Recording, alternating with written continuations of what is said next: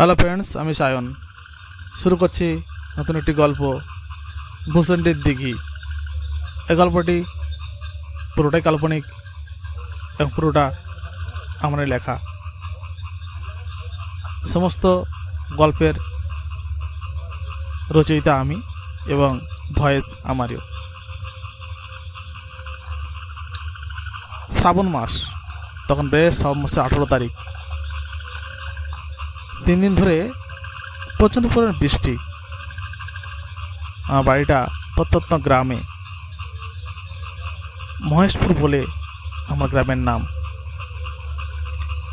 তো আমি 3 দিন যাবৎ বাড়ি থেকে তেমন বেরোতেই পারিনি।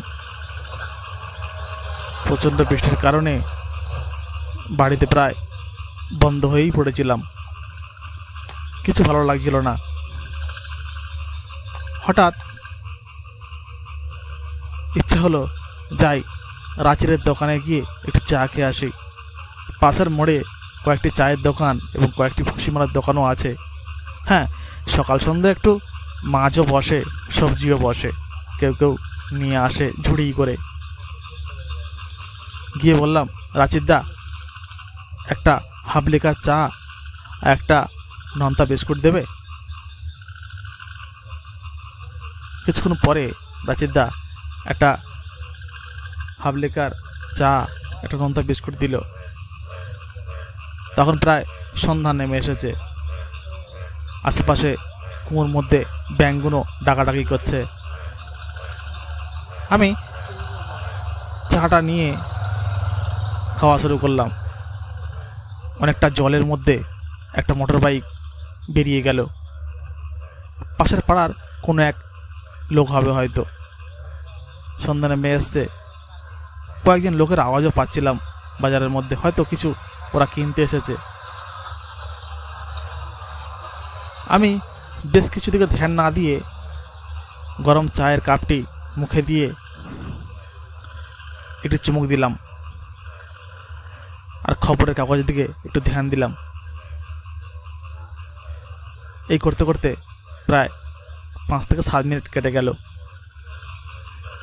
চা খাওয়া শেষ। মাটির কাপটি ছুঁড়ে দিলাম ডাস্টবিনের দিকে। হঠাৎ পাশে দেখি এসে বসে আছে রতন। রতন আমাকে বলল, দাদা শুনেছেন? একটা নতুন খবর, খুব ভালো খবর আছে দাদা। আমি বললাম, কি খবর ভাই? এই বৃষ্টির মধ্যে 3 দিন বৃষ্টি একটানা, দেখ না সন্দেহ নেমে এসছে, আর 3 দিন বাড়ি থেকে বেরোতেও পারিনি। এই সময় আর কি খবর হতে পারে? পাশ থেকে আরো একটি মোটর গাড়ি বেরিয়ে গেল। রতন আমাকে বলল, না মানে দাদা, ওই ভূষণ্ডীর দিঘিতে প্রচুর মাছ উঠছে। রাতে করে তো অনেক লোক বেশ মাছ ধরতে যাচ্ছে। একটু গেলে হতো না? আমার বাড়িতে মাছ ধরার জালও ছিল, পোলোও ছিল, আর ভালো টর্চও ছিল। যদি সঙ্গে কারোর পেতাম, চলুন না দাদা একটু মাছ শিকার করে আসি। তুই মজা করছিস ভাই? জানিস তো মাছ শিকার করা আমার কাজ নয়। আমি কখনোই জীবনে মাছ শিকার করিনি। থাকি তো কলকাতায়, এসছি কদিনের জন্য বাড়িতে, কিন্তু এসে যে ফেঁসে গেলাম এই বৃষ্টির মধ্যে, ভালো লাগছে না ভাই। তুই যা। ও যাব না, ভালো লাগছে না। কিন্তু রতন আমাকে প্রচণ্ড জেদি করতে শুরু করলো। না দাদা চলুন না, যাই মাছ শিকার করতে। সবাই যাচ্ছে, আচ্ছা আমাদের নয় কিছু কম মাছ হবে, আর নাইবা হবে, অন্তত ভূষণ্ডীর দিঘি থেকে মাছ তো হতে। আরে শোন, ভূষণ্ডীর দিঘি বলতে তুই বলছিস ওই যে তেপান্তরের মাঠে মধ্যিখানে বেশ কিছু তালগাছ ঘেরা ওই দিঘিটা? পাশে একটা বড় শ্মশান, ওই দিঘিতে তুই যাচ্ছিস মাছ ধরতে? ওখানে যাওয়ার কথা বলছিস? কোথায় সাপ খোপ পোকামাকড় কোথায় কি আছে না আছে, তুই ওখানে যাবি মাছ ধরতে আমাকে নিয়ে? না, এটা ঠিক রতন, এক কাজ কর, চল বাড়ি যা, বাড়ি গিয়ে খেয়ে দিয়ে শুয়ে পড়, আমিও গিয়ে শুয়ে পড়ি। রতন কিন্তু এ কোথায় কান দিল না, আমাকে আবার জোর করে বলতে লাগলো, হ্যাঁ দাদা চলুন না যাই, আমি সঙ্গে পাচ্ছি না, আর আপনি শহর থেকে এসছেন, আর দাদা আপনাকে আমি খুব ভালোবাসি, চলুন না একটু যাই, আমি আমি ধরবো, আপনি দাঁড়িয়ে থাকবেন ব্যাগ নিয়ে, যেটুকু যা ধরবো আপনার ব্যাগেই রাখবো, আর দুজনেই ভাগ করে নেব, চলুন না চলুন দাদা, চলুন দাদা যাই। এক মুহূর্তে মনে হলো সত্যি তো অনেকদিন পরে গ্রামে এসছি, আর গ্রামে বর্ষাকালে মাছ ধরার অনুভূতি অভিজ্ঞতা আমার তো হারিয়ে ফেলেছি, গেলেও হয়। তার রতন কটার দিকে যাই ভাবছিস? দাদা ওই 9:30 10টা এই সময় বেরিয়ে যাব, রাতে মাছ ধরবো, ভোরের দিকে চলে আসবো। সেই মতো প্ল্যান করে রতন আর আমি 9:35 বেরিয়ে পড়লাম ভূষণটির মাঠের উদ্দেশ্যে। তখন প্রায় 9:38 ঘড়ির কাঁটায় আমার বাড়িতে রতন এসে হাজির। রতন বলল, দাদা আমি এসে গেছি, চলো বেরিয়ে পড়ি। বেরিয়ে পড়লাম ভূষণটির দিকের উদ্দেশ্যে। বিশাল মাঠ, জমির খানানো আল দিয়ে দুজন হাঁটতে চলেছি, কিন্তু রতন যে কথা আমাকে বলেছিল যে প্রচুর লোক ওখানে মাছ ধরতে যায়, কিন্তু কই, মাঠে তো কারো লোক দেখতে পাচ্ছি না। হ্যাঁ, দূরের গ্রামে একটা কুকুরের গলার আওয়াজ পাচ্ছি, কিন্তু কোনো মানুষের আওয়াজও নেই, কোনো লোকের আওয়াজও নেই, আর মাঠে কোনো টর্চের আলোও নেই। রতনকে প্রশ্ন করলাম, রতন তুমি বলেছিলে মাঠে অনেকে মাছ ধরতে যায় ভূষণটির দিকের দিকে, কিন্তু এই রাতে তো কারোকে দেখতে পাচ্ছি না। হ্যাঁ দাদা চলুন না, দিঘির দিকে গেলেই অনেক লোক দেখা যাবে, ও আমরা তো দূরে আছি, দিঘির কাছে চলুন, ওই দিঘির কাছেই তো সব লোকজন থাকে, এখানে কেন লোক দেখতে পাবেন? সে কথাও ঠিক, আমরা এখন অনেক দিঘি থেকে অনেকটা দূরেও আছি। হাঁটতে হাঁটতে দিঘির পাড়ে এসে দাঁড়ালাম। দিঘির পাড়টা বেশ চওড়া এবং বিশাল কায় দিঘি। দিঘির চারিদিকে প্রচন্ড বড় বড় তাল গাছ, হ্যাঁ বেশ কিছু ঝাউ গাছও আছে বটে, কিন্তু দিঘির বেশ জঙ্গলে ঘেরা। ঝাউ গাছ, দিঘি, তাল গাছ সবকিছু মিলিয়ে আর এই বৃষ্টির রাতে একটা বেশ ভয়ঙ্কর পরিবেশ মনে হচ্ছিল। রতনকে প্রশ্ন করলাম, রতন তুমি বলেছিলে এই দিঘির পাশে ও অনেক লোকজন মাছ ধরতে আসে, কিন্তু কই, এখানে তো আর দেখতে পাচ্ছি না। রতন বলল, হ্যাঁ দাদা আমিও 2-3 দিন ধরে শুনছি রাতে করে এই দিঘির পাশে অনেকে মাছ ধরতে আসে, কিন্তু এখন এসে দেখছি যেখানে ফাঁকা, কেউ কোথাও নেই। সে না থাক, আপনি আছেন আমি আছি, রাতে টর্চ মেরে বেশ কিছু মাছ ধরে নিয়েই বাড়ি ফিরবো, নাকি খালি হাতে তো ফেরা যাবে না, এত রাতে এত কষ্ট করে এই ভয়ঙ্কর দিঘির পাশে এসেছে কি এমনি? হ্যাঁ, কিছু মাছ তো আমাদের ধরতেই হবে, না কি বলেন দাদা? হ্যাঁ আমি বললাম, হ্যাঁ সে কথাও ঠিক, এত রাতে এত কষ্ট করে এখানে এসেছি যখন, কিছু মাছ তো ধরতেই হবে। রতন একটা টর্চ বের করলো এবং টর্চে আলোটা ফেললো দিঘির ধারে ধারে। দেখলাম বেশ কিছু শিঙি ল্যাঠা কই দিঘির জলের পাশে খেলা করছে। রতন পোলো চাপা দিয়ে ধরতে শুরু করলো ওই মাছগুলোকে, এবং ধরে একে একে এনে ভরতে শুরু করলো আমার ব্যাগের মধ্যে। আমি ব্যাগ নিয়ে রাস্তা দাঁড়িয়ে আছি দিঘির পাড়ে।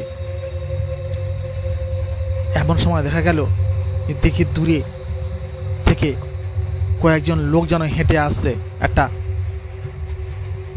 গঞ্জন পাওয়া যাচ্ছে। আমি প্রশ্ন করলাম, রতন দেখ, মনে হয় কিছু মানুষ এই দিঘিতে মাছ ধরতে আসছে। রতন বলল, দাদা আমি বলেছিলাম না কিছু লোক এই দিঘিতে মাছ ধরতে আসে, আর তারা তো আসবেই।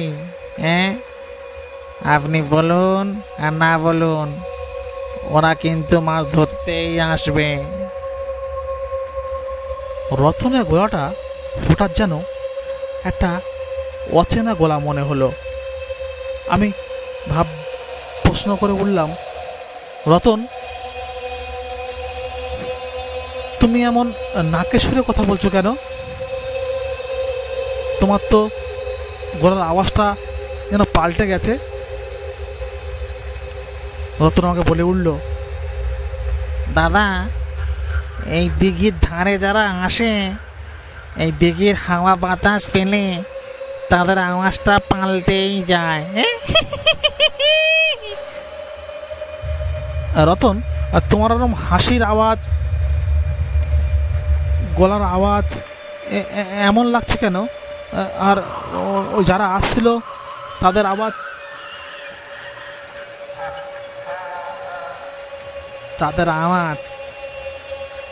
দাদা, রাতে যারা এখানে মাছ ধরতে আসে তারা তো কেউ মাছ ধরে বাড়ি নিয়ে যায় না, এখানেই খেয়ে দিয়ে যায়। হয়তো ওরা অনেক বেশি মাছ শিকার করে ফেলেছে, তাই ওরা এই মাছগুলো খেয়েই বাড়ি যাবে। রতন একটা বিকট হাসি হাসতে শুরু করলো। আমি মনে করলাম, রতন কি কোনো নেশা করেছে? সেই রতন তো এই রতন নয়। সেই রতন আমার সঙ্গে কেমন সহজ সরলভাবে কথা বলতো, আর এই রতন একটু অন্যভাবে ব্যঙ্গ করে কথা, প্রত্যেক কথার সঙ্গে যেন ব্যঙ্গ করছে। আমার রাগ হলো। রতনকে বললাম, রতন, চলো এখন বাড়ি যাব, অনেক মাছ ধরা হয়েছে, চলো আর মাছ ধরবো না, আবার কালকে দেখা যাবে এই দিঘিতে মাছ আছে কি নেই আর ধরা যায় কি না। এখন তো বাড়ি যাব, চলো। রতন আমার কথায় যেন খুব বিরক্ত বোধ করলো। রতন দিঘির মধ্যখান থেকে দাঁত ভেঙচানি দিতে শুরু করলো আমার দিকে, বলল, উনি বললেন আর আমি বাড়ি চললাম না, অনেক কষ্টে অনেক দিন পরে এই এই এই এই এই এই দিঘিতে এসছি, আর সঙ্গে তোকে নিয়ে এসছি। অনেকদিন মানুষের সঙ্গে মাছ শিকার করিনি, আর মানুষেরও রক্ত খাইনি। এই বলে রতন একটা বিকট হাসি দিল। রতন, তুমি কি বলছো জানো? তুমি কাকে কি বলছো? তুমি আমাকে কি বলছো? আর তুমি এরকম দাঁত বের করে, দাঁত খেঁচিয়ে হাসছো কেন? চলো এখন বাড়ি যাব।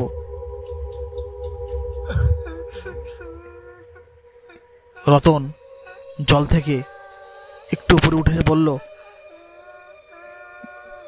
বেশি প্যাঁদরামো করবেন না,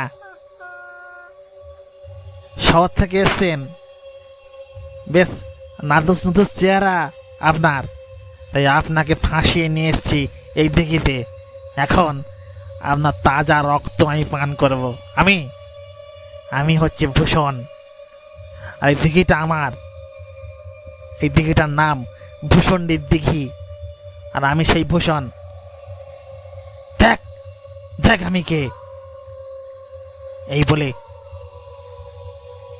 রতনের দিকে তাকিয়ে দেখলাম যে রতন তো নয়। কি এটা? দাঁতগুলো বড় বড় হয়ে যাচ্ছে, আস্তে আস্তে আস্তে আস্তে হাত পা লম্বা হয়ে যাচ্ছে, ধীরে ধীরে লম্বা হচ্ছে রতন। বিশাল কায় দেহ হয়ে গেল রতনের। আমি তো প্রাণ বাঁচাতে মারলাম উর্ধ্বশ্বাসে দৌড়। সে দৌড় তো নয়,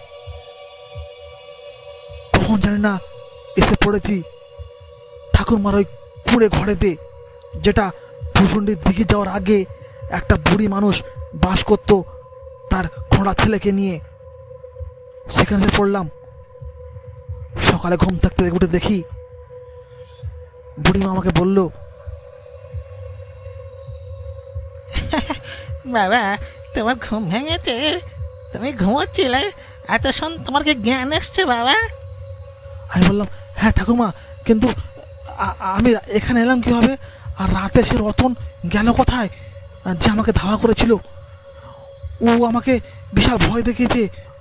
ও বিশাল কার শরীর, আর দাঁতগুলো খুব বড় বড়, আমাকে কামড়াতে আসছিল। ও আমার ঘাড়ের ডুগি ভেঙে রক্ত খেতে চেয়েছিল। ও ভূষণটির মাঠে, কিন্তু আমি এখানে। বাবা, তুমি এখানে এসে পড়েছিলে উর্ধ্বশ্বাসে দৌড়ে, তোমার হাঁটুগুলো চিরে গেছে, বুকে কিছু আঁচড়ের দাগ। আর তুমি, রাত তখন 1:30 বাজে, প্রায় 1:35 হবে। ওই সময় গভীর রাতে এইখানে এসে পড়েছিলে। আর তুমি বা এত রাতে এই ঝড় জলের সময় এই দিঘিতে কেন এসেছিলে বাবা? আমি বললাম, আমাকে রতন নিয়ে এসেছিল মাছ শিকার করার জন্যে, মাছ ধরার জন্যে, মাছ ধরে বাড়ি নিয়ে যাব, সেই স্বপ্ন দেখিয়েছিল। আর সেই আশায় পড়ে আমি এসেছিলাম। রতন? কোনো রতন টতনকে আমি দেখিনি বাবা। এখানে তুমি এসে পড়েছিলে, আর তোমার ওই বডিটা কোনো রকম আমি আর আমাদের গঙ্গা ঘোড়া, মানে আমার ছোট ছেলে তো ঘোড়া, বড় ছেলেটা শহরে থাকে, ওই 2 পয়সা পাঠায়, আমরা ওই খেয়ে দিয়ে বেঁচে থাকি। আর বসুন্তির মাঠে সন্ধ্যার পর থেকে যে ভূতের কীর্তন বসে, ওখানে আমরা কেউ যাইনি। আর তুমি বাবা শহর থেকে এসে ওখানে গেছো। যাক, তোমার বরাত ভালো যে তুমি বরাতের জোরে, মানে কপালে জোরে আমার ঘরে এসে পড়েছো। আমি তোমার সারা শরীর ঝাঁটা দিয়ে ধুয়ে দিয়েছি। ঝাঁটার আঘাত খেয়ে তোমার শরীর থেকে ভূত পালিয়েছে। এখন তুমি এইখানে নিশ্চিন্তে ঘুমো বাবা, আর বেলার দিকে শরীর সুস্থ হলে তুমি বাড়ি যাবে। আমি পরিষ্কার বুঝলাম যে আমার সঙ্গে রতন বলে কেউ ছিল না, যে ছিল সে একটা প্রেতাত্মা মাত্র, যে আমাকে টেনে নিয়ে এসেছিল ওই ভূষণ্ডির দিঘিতে মাছের লোভে, অর্থাৎ আমাকে মেরে ফেলার প্ল্যান ছিল। হ্যালো ফ্রেন্ডস, আমি সায়ন। এতক্ষণ শুনলেন যে গল্পটি, যদি ভালো লেগে থাকে লাইক করবেন, শেয়ার করবেন, কমেন্ট করবেন। ধন্যবাদ, থ্যাংক ইউ।